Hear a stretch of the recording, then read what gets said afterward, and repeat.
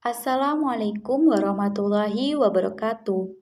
Perkenalkan, nama saya Hevi Handratul Ma'rurah, MPM 1911060092, kelas B, semester 5. Di sini saya akan menjelaskan tentang bab 1, yaitu pendahuluan. Evolusi atau sering juga disebut evolusi organik atau evolusi biologi adalah perubahan dari waktu ke waktu pada satu atau lebih sifat terwariskan yang dijumpai pada populasi organisme. Ciri-ciri yang terwariskan ini mencakup anatomi, biokimia, atau perilaku yang berjalan dari satu generasi ke generasi selanjutnya. Kemudian ada 4 mekanisme utama evolusi, yaitu yang pertama seleksi alam, yang kedua yaitu penyimpanan genetik, ketiga mutasi, dan keempat yaitu gen flow atau aliran gen.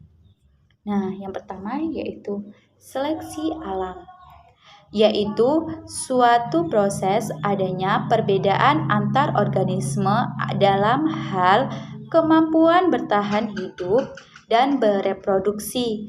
Perbedaan dalam satu atau lebih cirinya.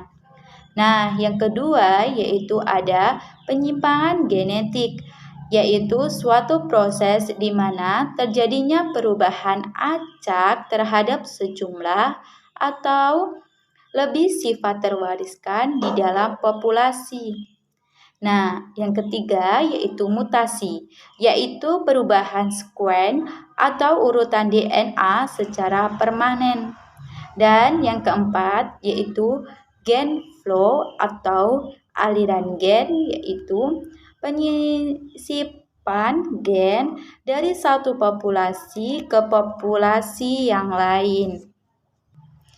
Nah, kemudian di dalam pendahuluan itu terdapat yang pertama, sejarah pemikiran evolusi.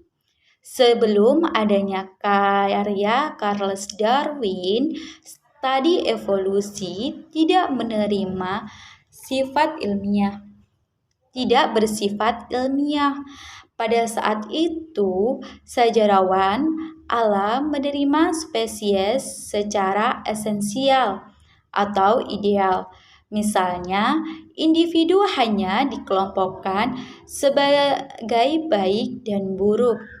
Adalah ilmuwan naturalis yang pertama mulai menggambarkan pola keteraturan di alam secara statistik, menggunakan istilah probabilitas atau peluang dan bukan determinisme.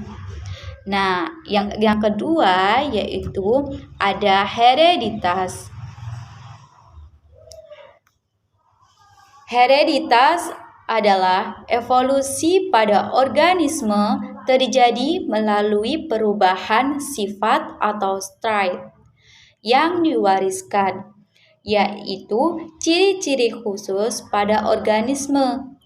Pada manusia, misalnya, warna mata adalah ciri terwariskan dan individu mungkin mewarisi mata sayu. Ini adalah salah satu orang tuanya. Sifat-sifat yang diwariskan akan dikontrol oleh gen dan satu gen lengkap, di mana di dalam genom organisme disebut dengan genotip. Satu gen lengkap, sifat-sifat teramati yang membentuk struktur dan perilaku organisme disebut fenotip. Sifat-sifat ini berasal dari interaksi genotip dengan lingkungannya. Nah, kemudian yang ketiga yaitu ada variasi.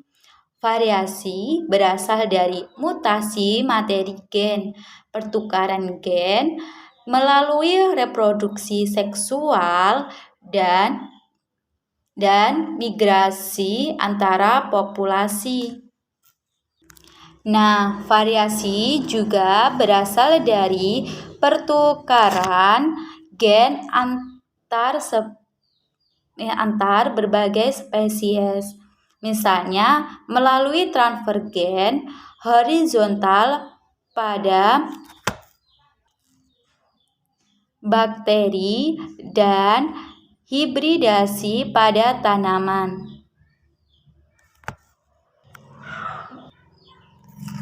Meskipun ada introduksi konstan variasi melalui proses-proses ini, kebanyakan genom spesies identik pada semua individu spesies yang bersangkutan.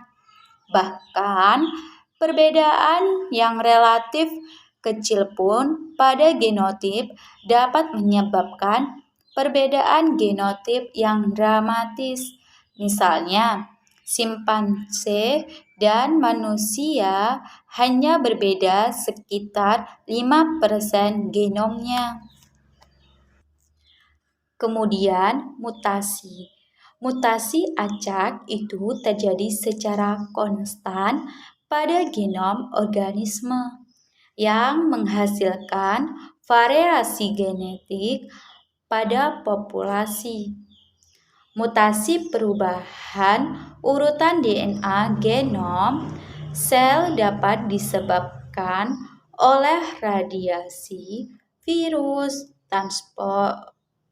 transposon, zat-zat kimia, mutagenik, dan kesalahan yang terjadi selama meiosis atau replikasi DNA. Kemudian ada seks dan rekombinasi.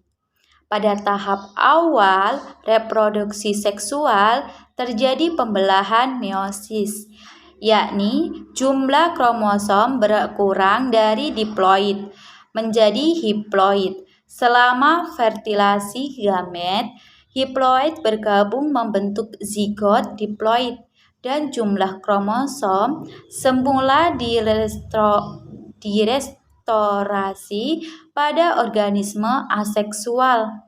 Gen akan terwariskan bersama atau berpautan sehingga dapat terjadi pertempuran gen dari organisme lain ke reproduksi. Sedangkan rekombinasi bahkan memungkinkan aler berdekatan erat di dalam suatu untaian DNA menjadi terpisah. Namun, laju rekombinasi rendah kira-kira hanya 2 kejadian per kromosom per generasi. Akibatnya, gen akan berdekatan dalam kromosom tidak selalu tercampur satu sama lain, dan gen sangat berdekatan cenderung diwariskan bersama satu fenomena yang disebut linkage. Nah, yang terakhir itu ada aliran gen. Aliran gen berdekatan dengan populasi dan antar spesies. Karena ini menjadi sumber variasi yang bisa membentuk populasi baru atau spesies baru. Dan sekian saya ucapkan terima kasih. Wabillahi taufik wal hidayah. Wassalamualaikum warahmatullahi wabarakatuh.